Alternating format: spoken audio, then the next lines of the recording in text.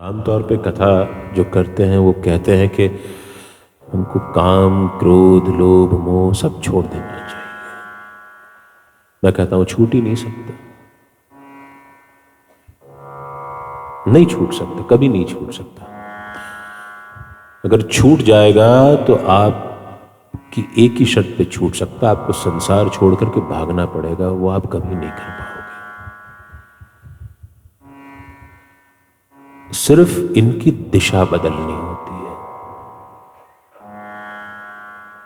काम शास्त्रोक्त रहे, धर्म के अनुसार।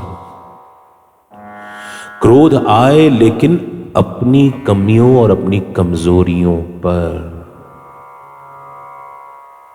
लोभ रहे लेकिन साईं के चरणों का। मोह रहे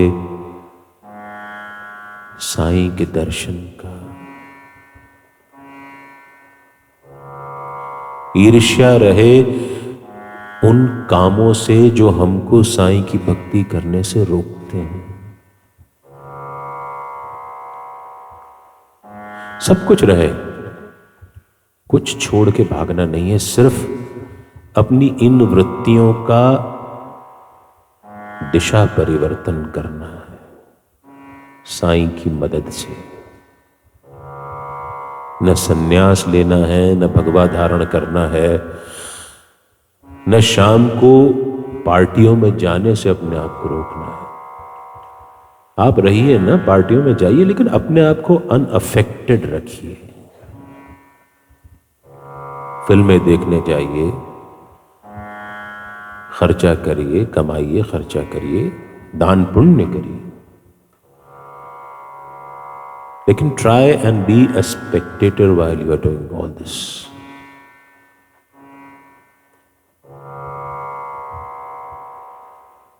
अपने आप धीरे धीरे आप खुद देखेंगे कि आपको कोई छोड़ने के लिए नहीं कहे तो भी बाकी सारी चीजें छूट जाएंगी।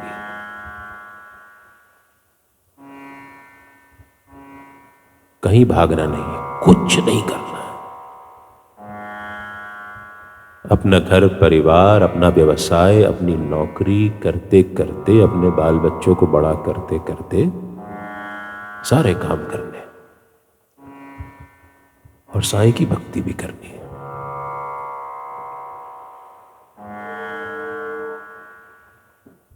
कल यहां पे मक्खन मिश्री का प्रसाद वितरित किया गया था।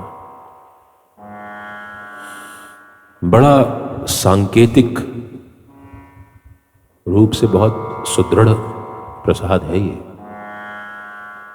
अभी हमने बाबा की काकड़ आरती की बात करी। जब हम काकड़ आरती करके जब बाहर निकलते हैं गेट से बाहर, तो एक स्टील की पतीली में मक्खन मिश्री का प्रसाद और एक नाइफ लेकर के एक व्यक्ति रहता है जो हमारे हाथ पे यूं प्रसाद लेकर के लगाता रहता है। मक्खन क्यों?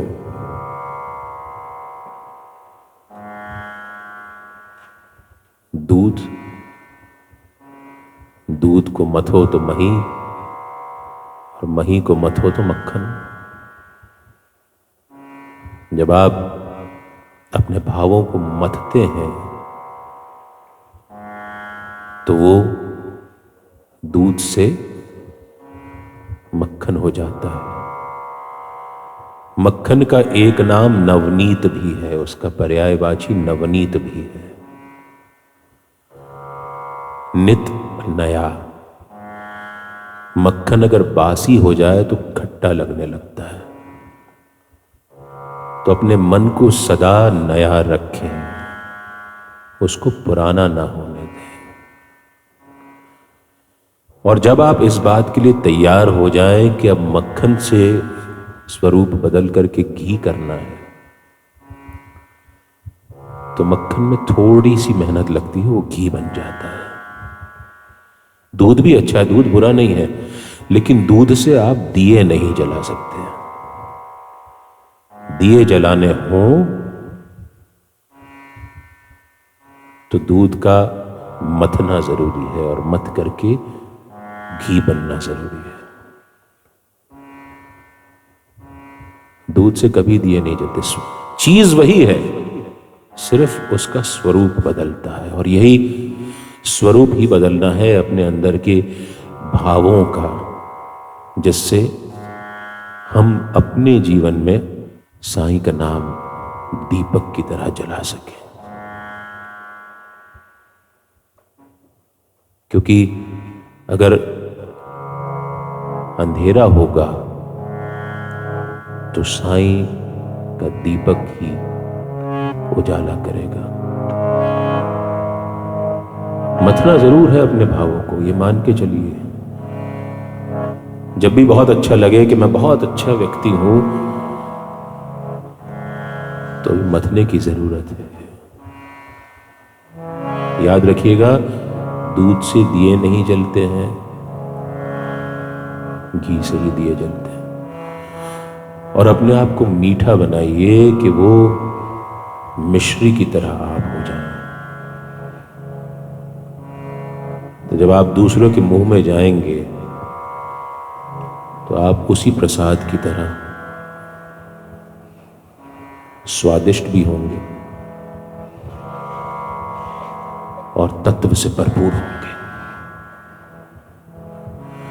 मैंने बताया ना आपको, हमारे दर्शन में हर एक चीज के पीछे एक लॉजिक है। लॉजिक कोई ढूंढने की कोशिश नहीं करता, बस प्रसाद मिला, हमने चट कर लिया, काम खत्म। कितनों को प्रसाद और महाप्रसाद के बीच का भेद पता है?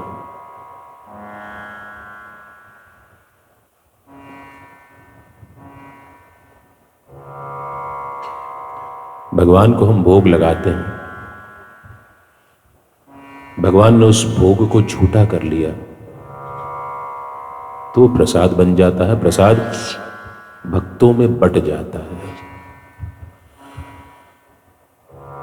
और जब भक्त उसमें से वो क्वांटिटी को छोड़ देते हैं और जो बाद में सेवा करने वालों को मिलता है, बचा हुआ, भक्तों का बचा हुआ, वो महाप्रसाद होता है।